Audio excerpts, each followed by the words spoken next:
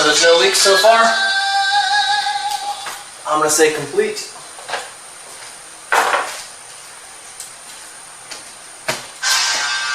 Now it's time for bed. Alright, so I scared the shit out of myself before. I thought everything was set up, and I poured in the five and a half quarts of oil, and I was like, oh, okay, it's good, it's awesome. Went to bed, woke up in the morning and saw oil in the car, and started freaking out like the pan is leaking. Yeah, I only finger tightened the drain plug. So that was pretty dumb, but that's kind of neat to have because it's an easy fix.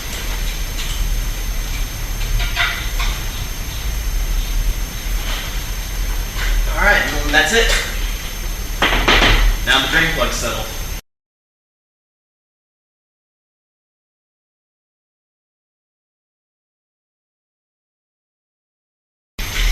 Alright, one thing we got to install, we need to install this dipstick retainer spring. So basically we're just going to loop it around the dipstick, and we need to go inside here and loop it down the bottom. So basically it's just going to pull it down. You won't be able to take the dipstick out with it on though, so I can get multiple uses out of it without having to remove it. I'm just making a bit of a hook like that, so I've opened the loop up quite a bit. And that's going to allow me just to slip in and hook it on the dipstick bracket. So now it's not going to slip off. We have it on. We can just pull it down. Alright, and then now it's hooked on the bracket underneath. But if we ever need to take it out, it's just a simple tug down and pull it out from the bracket, and then we can pull it up. Nice and simple.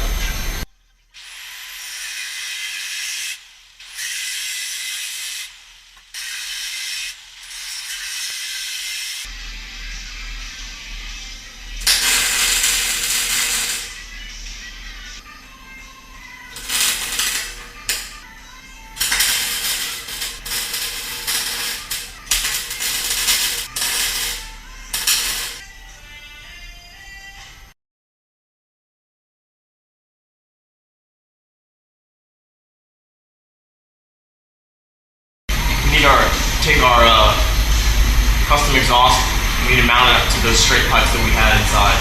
So what we're going to do, first things first, we're going to measure, see how long we need to go from those extension pieces, how far we need to come back, and then we need to cut our exhaust to make that fit.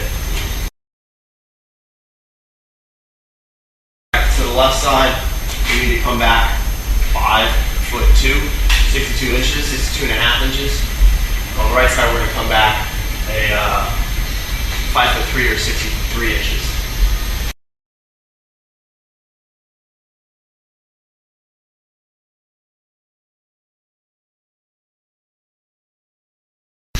Morning.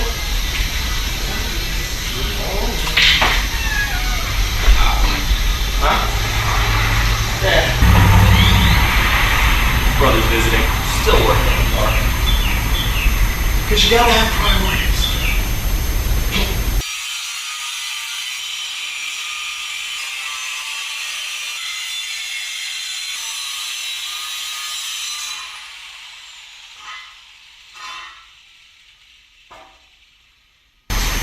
We gotta cut our pipe so we can angle it, because it was coming in across towards the drive shaft.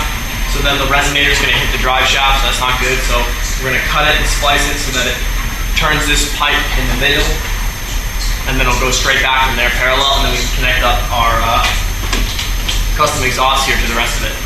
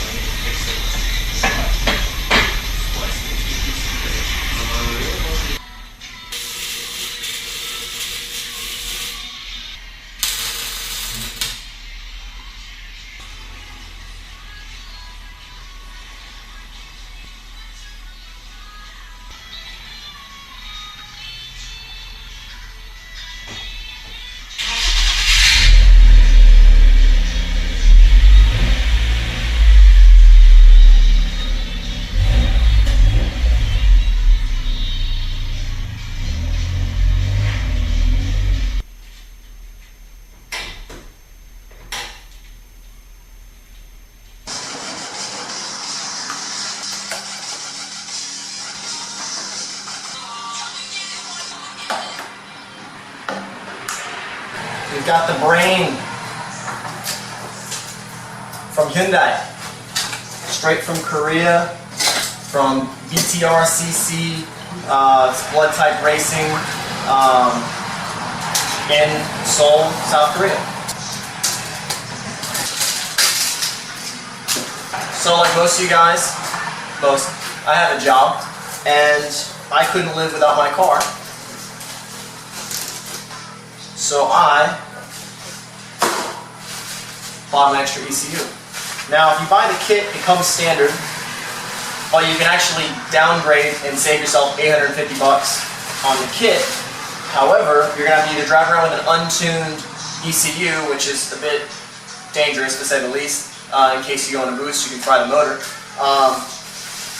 Then you have to wait for a blood type racing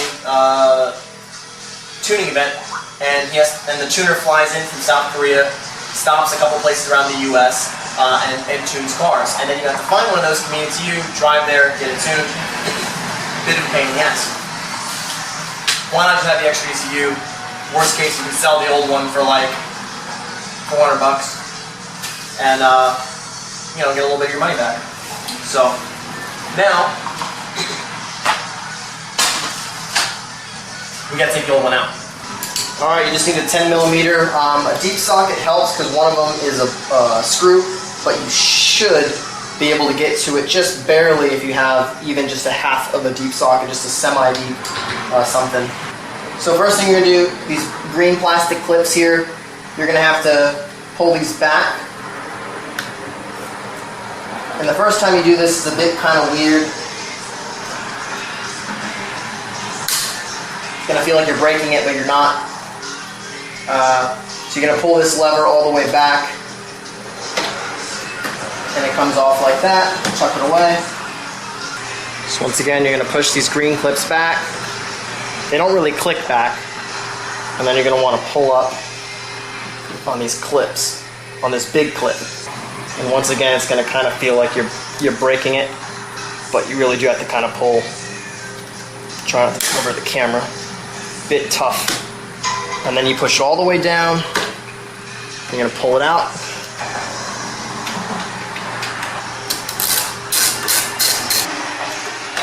Second 10 millimeter bolt. Like I said before, this third one is actually a nut. To get that loose enough. Of course, you definitely don't want to drop this one. Although the third one's kind of redundant as far as the ECU, but want to have them all. You're just gonna pull it straight up.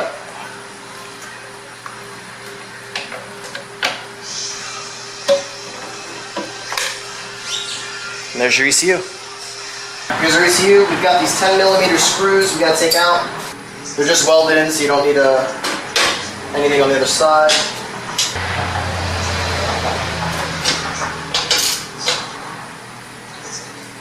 Just try to crack them gently.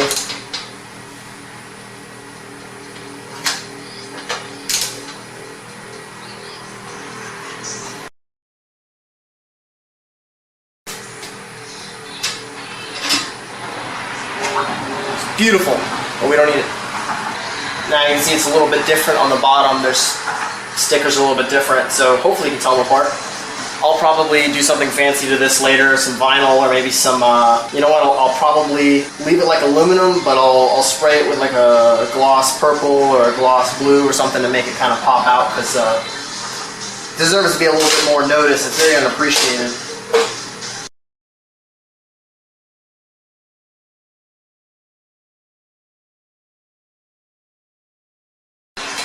Now it goes back in the car.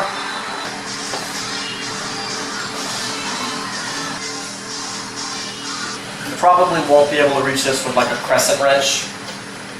You might, but you might strip it too. So once again, if you pay for this turbo kit, you can probably pay for a deep socket 10 millimeter wrench, or at least a 10 millimeter wrench.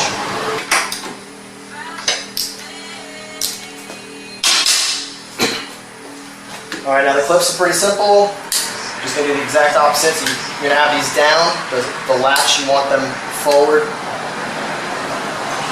You're gonna to slide them in. They're not going to slide all the way in until you pull that latch back.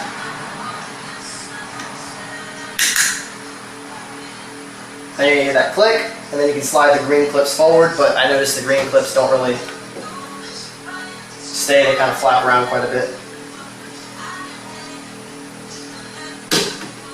You want it in place. That little click, click. Make sure it's in nice. Give it a jiggle. Give it a little pull. Last but not least, make sure you reconnect the battery.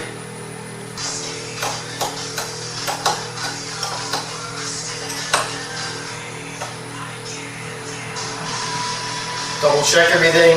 Make sure you reconnect everything. Now your car is officially not only ready to drive, but ready to have some boost. Let's do this.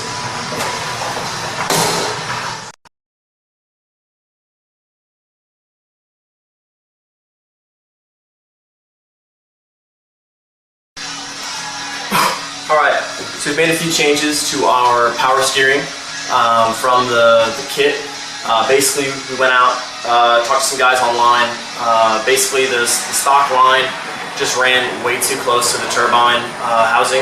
I feel like, you know, with thermal tape or whatever, it's just too close for comfort. So basically picking up an extra brass elbow from like Home Depot or whatever, wherever you choose, wherever you can find, and running it so that you can set it so that it comes out of the power steering compressor and then comes down. And then what you'll do is you'll have your line come and then go down underneath the car, right underneath the frame rail, and back up by the silicone hosing. Now there's kind of some sheet metal that's all kind of bent out of the way, so it's not going to rub or cut through or anything, and you'll end up with a really nice smooth transition going back to the power steering reservoir. So that's how we're going to run it. And it should be pretty simple. And we switched everything over to worm stock clamps, so that way we don't have to worry about, you know, getting the pliers up in there if we ever need to fix anything or adjust anything. So just a long screwdriver. So, all right, now we can get our last hose clamp in and hook it up, and we'll be set.